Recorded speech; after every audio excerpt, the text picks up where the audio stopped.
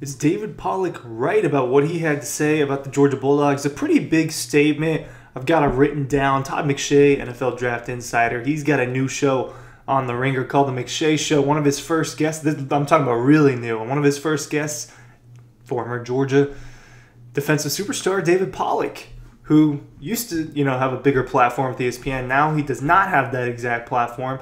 Doesn't mean he's not chiming in on the Dogs anymore.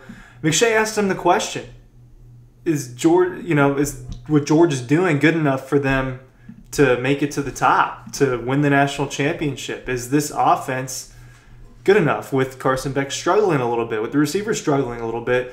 This was his answer. Let's go ahead and read it. I don't think it is going to be, this is what David Pollack said, by the way. I don't think it's going to be good enough to beat Dillon Gabriel. I don't think it's going to be good enough to beat Ohio State. I don't think it'll be good enough to beat Nico Iamaleava. It is not all Carson Beck. He's got more picks this year than he has last year. The run game has been pretty obsolete. The receiver problem is real. They drop balls at the third highest rate. They don't make contested catches. Oscar Delp is MIA. He has less than 8 catches on the season. And you know what? If you want to boil down to it and see what you see when you watch on tape, Carson Beck, he said don't, but I'm going to fix it. Carson Beck doesn't trust Delp. You can tell there's definitely not a level of trust. Brock Bowers, that ball was getting force-fed. Lad McConkey, that ball was getting force-fed. I think Beck will continue to get better, and I've seen some pocket stuff from him that I really like. But if they don't get better at the receiver spot, absolutely, they can't win it all. Pretty definitive statement there from David Pollack. He goes in on Carson Beck. He goes in on the receivers. He goes in on the tight ends. I don't think he's wrong, right, to start with. The surprising thing, and I talked about this earlier this week, and I think it's the piece for Georgia that needs to be kept in mind.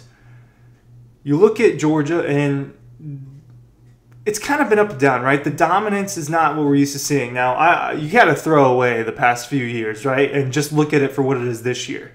But Georgia is beating pretty good football teams, and obviously they beat Texas while playing very inconsistently on the offensive side of the ball, and in some games just flat out not well, right? They get in the fight with Kentucky, didn't play well on offense. It was in all phases, it wasn't good. They win that game. Texas, the passing game really wasn't that great. The running game is effective. Georgia had a lot of short fields, which helped because of the defense. So you're not going to see as much of a total yardage output for Georgia's offense when they're given a bunch of short fields, right? But they still beat Texas. Why? The defense really stepped up, and Georgia did enough on offense. They didn't do enough on offense, especially early on against Alabama. They ended up losing that game. There are tons of reasons why they lost the Alabama game, not just the offense, but that was part of it. Carson Beck's turnovers and the lack of cohesion with the receivers definitely goes into that game. Clemson, it's a really great win. I think that you can start to ignore that they didn't play well in the first half in that game because of how well they played in the second half, and just it was a total beatdown pretty much.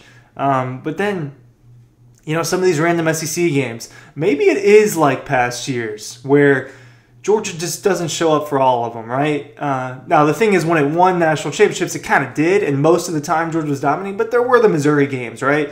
And maybe that's this year's Kentucky game. So I know I said we got to throw out the past, but there are trends, and Georgia's definitely hitting that trend. The truth is, it hasn't been as good on offense, and David Pollack thinks that it's not good enough to win the national championship. I think he's probably right. Now, my counter-argument to that is what I was, getting at here the last couple of minutes is Georgia's winning games and winning these big games without playing well on offense in some of them. And what happens when it does? What happens when Carson Beck and the receivers click? What happens when he has 4 touchdowns and no interceptions in a game and Georgia's running the ball well? Last year, it took Georgia a little bit to get going with Carson Beck. And we can't talk about last year because it was a little bit more of a direct comparison in terms of the coordinator and the quarterback. With Carson, it took a while to get going, right? First few games, but they were throwing for a lot of yards. And then you get to the middle of the season, they have a big win against Auburn, and then that's when Carson Beck starts to really explode. Good performances against Kentucky, Ole Miss, Tennessee. Georgia looked like the best team in the country. Maybe a big win like this will be a confidence booster, but I know that the talent is a step down without Brock Bowers and Ladd McConkey when you're throwing the ball, but these are good football players. Dominic Lovett is a good football player. Dylan Bell is a good football player. Arian Smith, with his flaws, is still a dangerous weapon to have on the offensive side of the ball. I think Anthony Evans can get better as the season goes on. He's a guy that I was scratching my head a little bit as to why he wasn't getting on the field as much as he is now. That has been a result of what has gone on with the receiver room in terms of Colby Young and Ra Thomas, right? So now he's starting to get more playing time. But it's just not as good, right? They're not running for 100 yards every game or close to 200 yards in really any of these games. They don't have multiple backs that they trust at the moment, right? It's very obvious, and it was very obvious in the Texas game. The guy that they trust is Trevor Etienne, and he's going to be the one that they give the ball to in big moments like that. But and I think that with him, I actually think that Pollack missed a little bit here in not discussing how the run game has been a little bit worse. I was just discussing with my friend the run game. They've got a lot of touchdowns, but not a lot of yards. It's not something that they're using to effectively move the ball down the field. Yes, there have been a couple explosives. You think about one of the explosives against Clemson with the Nate Frazier 40-yard run. There was an explosive with Etienne against Tennessee Tech. There were a couple of 15 to 20-yard runs against Kentucky, and they ended up really needing those 15 to 20-yard runs.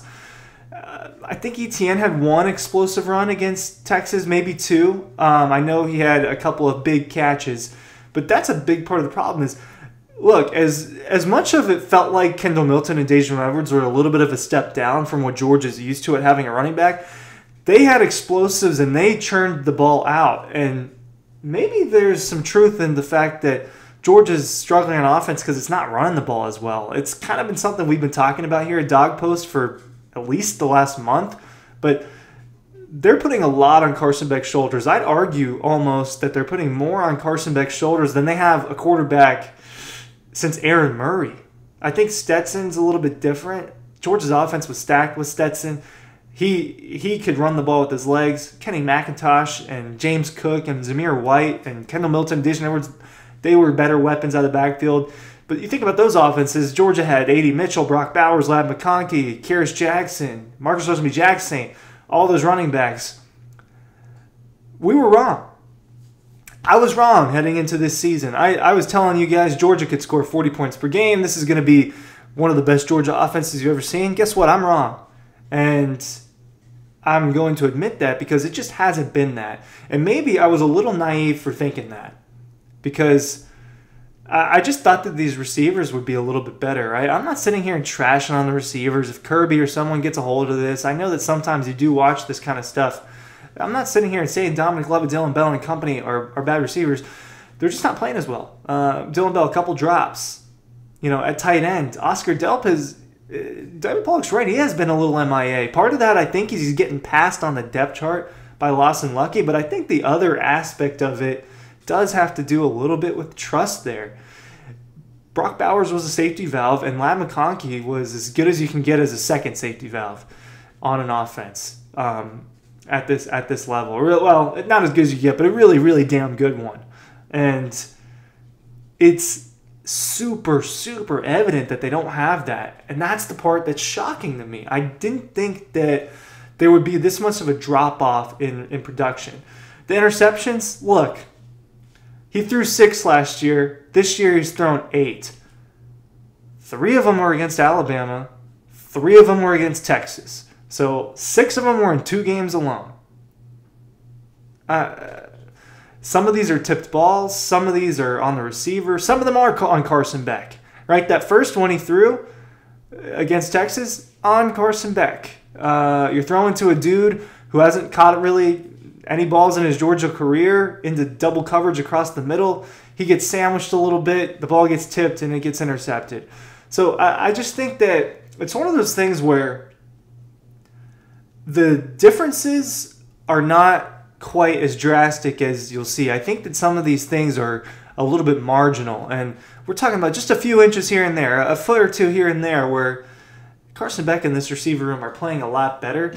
If they do play a lot better, look, there's no question that this is the best team in the country because it has been it has had the most impressive defensive performances so far this season, and that was shutting down Clemson and largely shutting down Texas. Texas's momentum changes did not come from Georgia's lack of good defensive play. It came from outside factors. It came from special teams, and it came from officiating factors. So if Georgia gets better on offense, watch out.